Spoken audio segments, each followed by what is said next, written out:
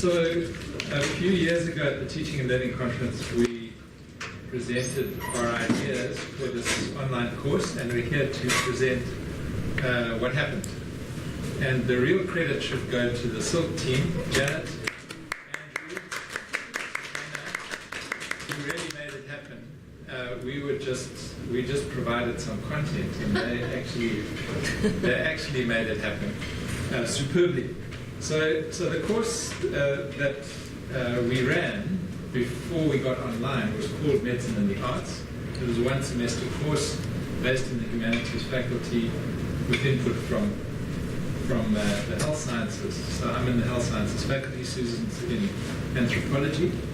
And we had like 14 weeks, out of which for the online process, we were asked to select 6 weeks. So we had to be quite selective. The course looks like this. This is the opening page, thanks to Andrew and other creative people at the top of PD Hahn. Everybody is welcome to join. It's free. It's 6 weeks. It runs twice a year. When the next iteration is what? August? I hope. They asked us for dates. And we cover a number of topics, and this is an idea of what we cover. We had to be quite selective in these, and it's a little bit eclectic. One focuses on the heart, one on children's voices and healing, the mind and art and play, reproduction and innovation. We've heard a lot about that this morning. One with Sean Bowman's opera, which he staged in the Baxter, called Madness, the opera. Sean is a psychiatrist, by the way, from Falkenberg. And then Death and the Corpse at the end, appropriately. And so we had to translate our course, which we normally ran with 15, 20, 25 students in the classroom. We could see them and touch them. We didn't feel them, but we interacted with them to this enormous number of online registrants. I mean, when I say enormous, the first pass was something like 9,000. What was it, Andrew? The numbers? Yeah. Something like 9. What do you do with 9,000 people online? You know, we opened the course and 9,000 people signed up, and we were like, whoa! What do we do now? But it was really fun because we got into it. The first one, I'll give you some idea of the heart of the matter. We shot most of it in the Heart Museum at Gritskia, where the first heart transplant was done. And so we had Johan Brink, who's a cardiac surgeon. He's the modern day Chris Barnard. He's the one who does all the heart transplants that are done in Cape Town. He's done something like 280 of them to date. Probably the largest number in the world, I don't know. But he's a very humble guy. Anyway, he's the guy who cuts the heart up and sews it into the other person, etc. There's 2 theatres next to each other. So he came and talked about what it's like from a cardiac surgeon's point of view. And then Peter Anderson came from the English Literature Department. He's written a book called In the Country of the Heart. That's right, yeah. As poems, talking about the heart as a metaphorical thing. This thing we call the heart, the center of our being, as it were, of our emotional being. So there's 2 very different interpretations of what the heart is. And the third speaker, because we always got 3 in the room. We tried to get somebody from a science background, a social science background, and an arts background to talk about the same topic. So the third one was not an artist per se. I suppose Peter was the artist, he was the poet. But the third one was a chap called Stan Henkman, who himself had received a heart transplant about 10 years ago. And he had a massive heart attack while walking on the Boerland Trail. And he talks about his, previous to the heart,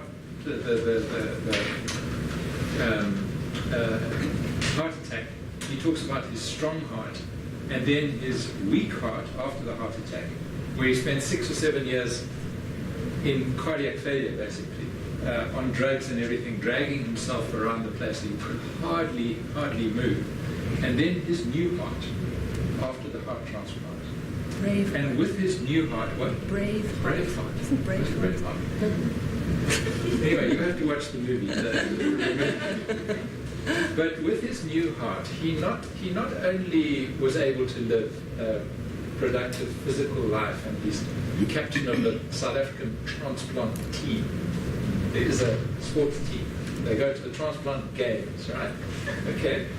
But he now works for the Institute of Justice and Reconciliation, and they do conflict resolution all over South Africa and southern or sub-Saharan Africa. He goes to South Sudan with his new heart. You get it? Mm-hmm. So he makes no distinction between his new physical heart and his new heart metaphorically. No distinction at all. And that's the part I like the best about this course. You're trying to find that middle ground. What is a heart? Is it just a pump that keeps you alive because it pumps? Or is it actually this thing that is at the center of your being? And so we asked the participants that. At the end of watching all these videos, we say, so what keeps you alive? Just that question. It's not a particularly academic question. It's a kind of, existential question, if you like.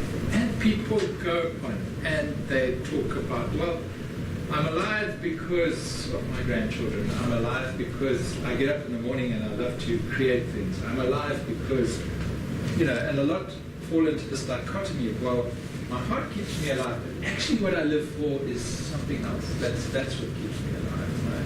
My family and my relationships, etc. And that's what we're looking for in this medical humanities thing, that sort of middle ground of sense of meaning. So that gives you some flavor of what one of the sessions, the first session, looks like.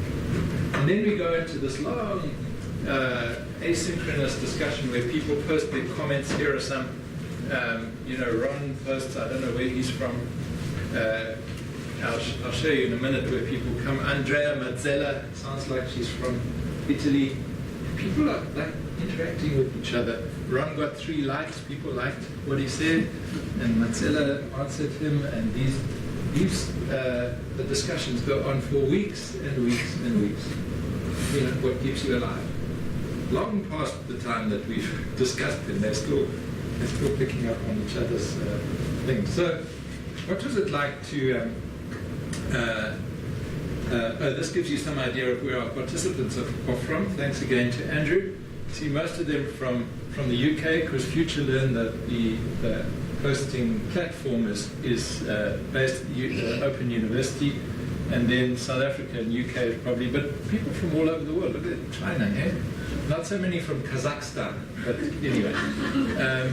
Quite a few from the States, but UK and South Africa being our biggest number, and 17,000. So what happens in the MOOCs typically is that 1,000 sign up, so like 9,000 sign up, but then you end up with about 10% who actually see the thing through. So now you're looking at sort of 900, and then actually the numbers that see right through to the end, because there's no exams, there's no big pressure.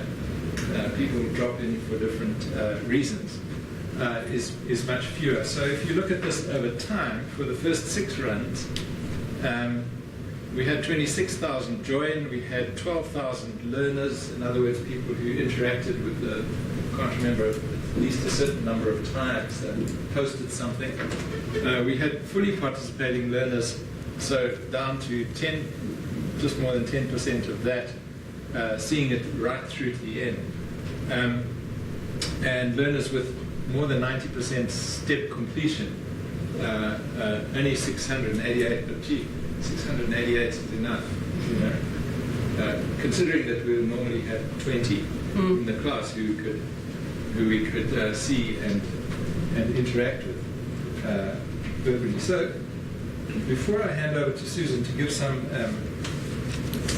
sort of first-hand feedback from the students, I want to get across this point about online learning, that previous to this experience, I used to think that a really effective teaching could only happen in a classroom situation like this, where we can see each other and we can interact, and I can really get to know my students, preferably over time, and it's this very intense sort of thing.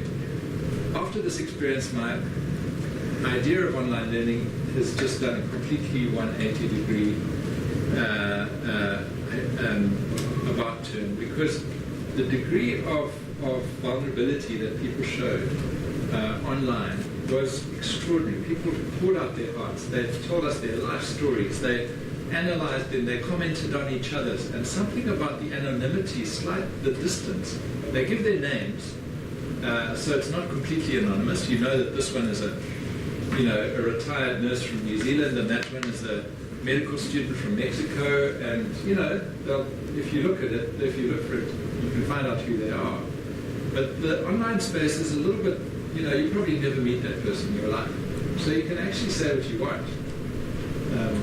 And that space is quite interesting from an educational point of view, because it allows people to, it's a much more egalitarian space. And we found, when we were going through all the comments and the discussions, that we were learning as much as any other of the students. So it kind of flattened the hierarchy, the teacher-student thing just disappeared, kind of thing. And you realize in the classroom, like now, somebody's standing up in front and everybody else sitting down, that that power hierarchy actually prevents people from participating fully as themselves. So that's the main point I wanted to get across, and we've got 5 minutes for Susan to say something about the students' responses. Yep. All right, so teaching and learning. Welcome. Thanks again to Seth. So just very briefly, like Steve, once drawn into the MOOC space, the massively open online space, I thought it could potentially be quite an alienating teaching space.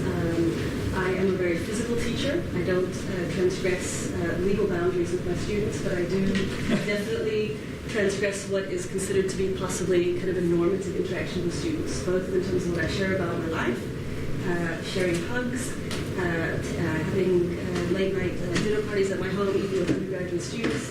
So there's a lot of boundaries that are very blurred. I'm going to get in trouble, but and one of the reasons I teach like that is that I believe in the power of affective learning. Affective theory in learning comes from Brian Masuni's work, who I'm so deeply involved with at the moment, reading everything I can of his work. And essentially, affective theory, it's just a model for thinking about how we affect and are reciprocally affected. So it's about relationships. It's about human interactions, relationships, how we affect and what is affected. So in that relationship, moving into an online space, it was a massive challenge, both for Steve and I, in terms of translating specific kinds of pedagogies of love, pedagogies of care, pedagogies of discomfort, all kinds of pedagogies that we practice in our classrooms suddenly felt, is this going to be possible in an online space? And so very briefly, I just want to read to you some of the, and again, thank you to Andrew and Jen for putting together a short survey. Not many people responded to it. But I recently received a teaching fellowship, TAL. I don't know what it stands for. Teaching, TAL, anybody know? I don't know. Anyway, so for the past many months, I've been gathering with academics from all over the country, figuring out how to think about pedagogy in higher education currently. And my mentor in the group is a woman named Vivian Boselek. She is the head of education at UWC, and she's introduced me to this literature on affect and posthumanist theory, and it's just been massively eye-opening in terms of thinking through some of the data that's coming from this particular course. And so what I'm interested in is the work of affective teaching and pedagogy in an online space. And what does it mean to be part of an online space where you're not face-to-face? And so I want to read you some comments from some of the students when asking people about, and I use the word emotion because that seemed like a more approachable word than affect. So where I wrote emotion, I'm interpreting as affect. They're not the same thing, and we won't get into it now. So one student said, they touched me with their words. They, meaning all of the people in the MOOC, touched me. So there was something about words and the impact, the way it propels a feeling. Another one said, they do not mince their words when it comes to significant issues, yet not devoid of emotions, which makes the experience of listening to their presentations particularly compelling. I was in awe. It definitely created a feeling of belonging for me.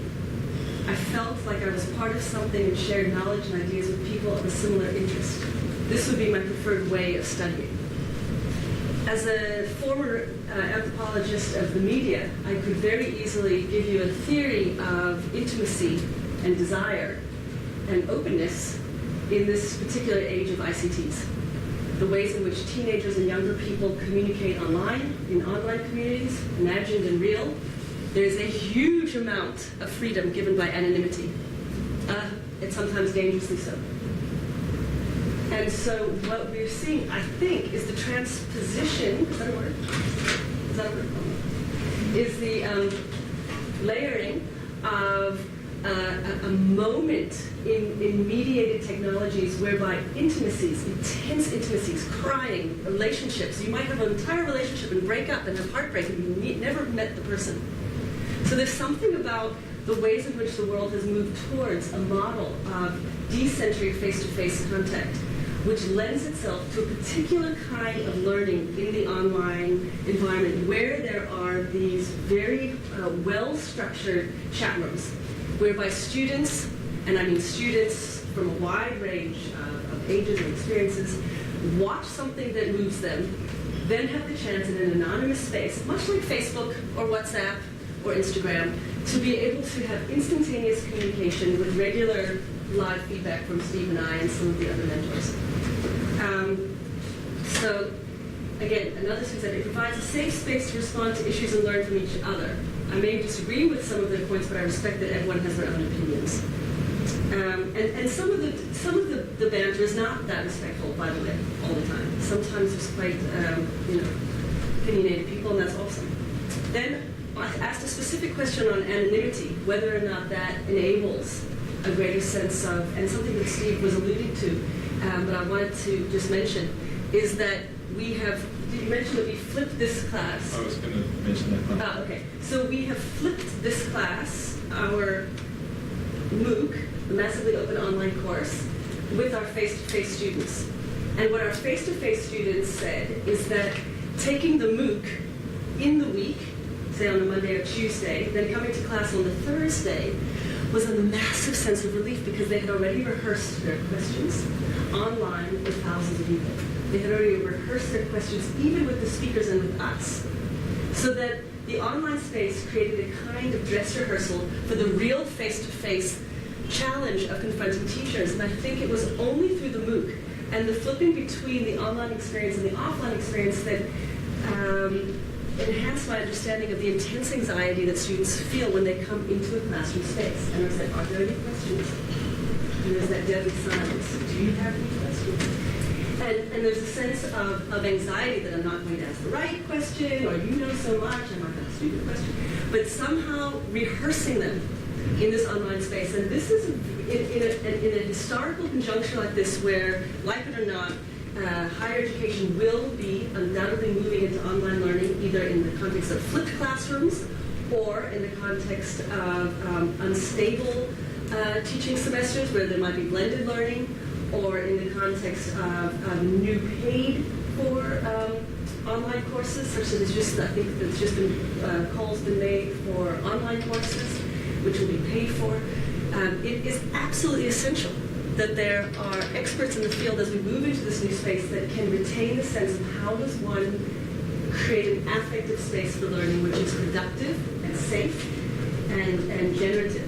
Have I used up my time? My time is... I'm done. I have a whole lot more notes, including wonderful graphs, but sorry, time is up. No, I just wanted to indicate these are the real students, as it were, and that's the MOOC on the top, and they're interacting for those 6 weeks, and then we had a few more weeks with our real students. So there's this ongoing interaction during those weeks between the online community and the 20 or 25 students in the classroom. And it's been really productive. It's been really fun, to bounce between the two. Yeah, and can I just one piece of data that I would like to share with you, and again, it's based on a super small sample, but I'm going to just elevate it because I think it's so fascinating, is that when we ask the question, which presenters managed to reach you on an emotional level and sort of touch you, and we sort of elaborate on this question, the two people out of how many did we have in the whole course? 15, something like that? It's 6 weeks times 3, I can't do math. The two people that got 42.86%, so half of the students responded the most with Malika Ndlovu. I don't know if any of you know Malika. She's not a lecturer at UCT. She should be. She's a performance artist, poet, singer, and she spoke very beautifully about her book on the death of her. She had a stillborn child. And it was an absolutely beautiful model. And the second was Camilla Darling, who was a poet, at 71.43%. So most people responded to the poet, including the medical practitioners, So, you know, if you look at this sample and you ask the question, how powerful is affective learning in terms of poetry and the arts and what it means for health science students or any kind of business school, whatever your environment might be. I think the MOOC did a number of things in terms of thinking through how we teach. And the one obviously has to do with the potential of flipping an online space, but the other has to do with art, not as an addition, not as something fluffy to add onto your teaching, but in fact a formative and very fierce form of pedagogy, which I think the data really speaks to quite strongly. Even though it's a small sample and I just blew it out. We have 5 minutes for questions. 4. I hope that gives you a flavor of what has happened or continuing to happen. Any comments or questions? How do you deal with, is the MOOC that's run 6 or 7 times exactly the same MOOC? Do you get the opportunity to make changes? Yeah. Okay. Yeah. So yeah. you're not constrained by No. one It's constrained by finances because each time we want to redo a module of it, we have to come up with the funding and go and speak nicely to them up on the top floor of PE High.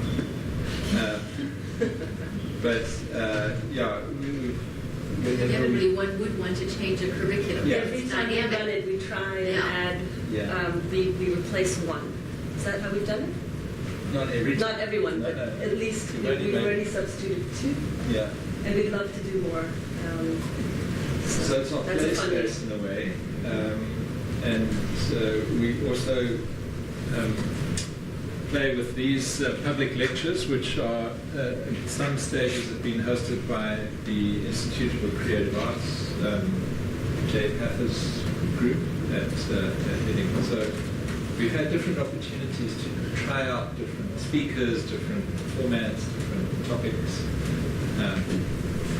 So it isn't all about the MOOC. I suppose it's about a different way of doing education,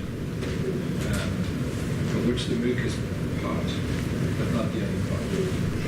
And I think part of that different way is really including the community is not a great word, doesn't say much, but it does include people from outside of academia, outside of UCT. So in terms of flipping the classroom, we also flip it with this medical humanities seminar series, and try to find other platforms for bringing people into a kind of community of practice, those who are interested in aspects of the medical humanities. So it's been very vibrant.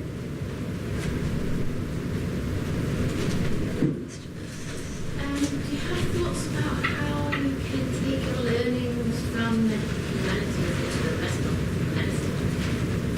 Yeah, sure. Well, I mean, just this sort of format of using online learning platform to supplement or complement your normal educational process. Now, SILS has got this what's it called, Jen, self-do your own videos. One button studio. So you can go and create your own MOOC, in a way, and allow your students to view your lecture before you actually give it. So then the idea of Flip Cross is obviously that you go to the lecture venue to have a discussion rather than to just have a one-way communication.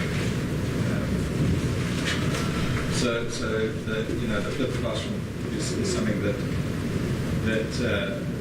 UCT is promoting.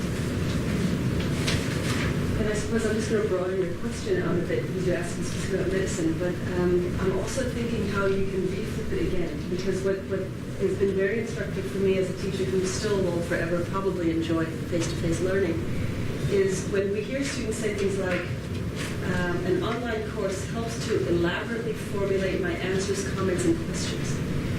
This kind of statement keeps coming up again, that the MOOC gave us the space to formulate questions, to ask questions, to rehearse questions. And so in a way, that feedback says, well, what's happening in our classrooms in the everyday, face-to-face, that students are not feeling that way?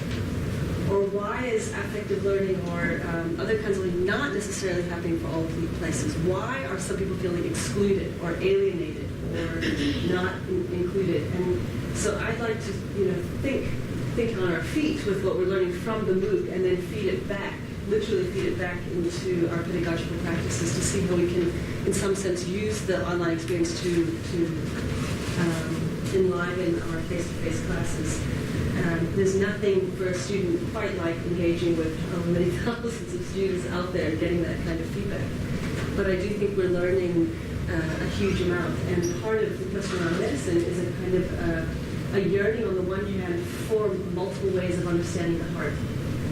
At the same time, the curriculum is so tight and students are under so much pressure that there almost is no space within the medical curriculum for that kind. So the MOOC or online courses is really the only space that can accommodate that, because learning can happen at any time, after hours. Thank you, everyone. We have to move on to our next speaker.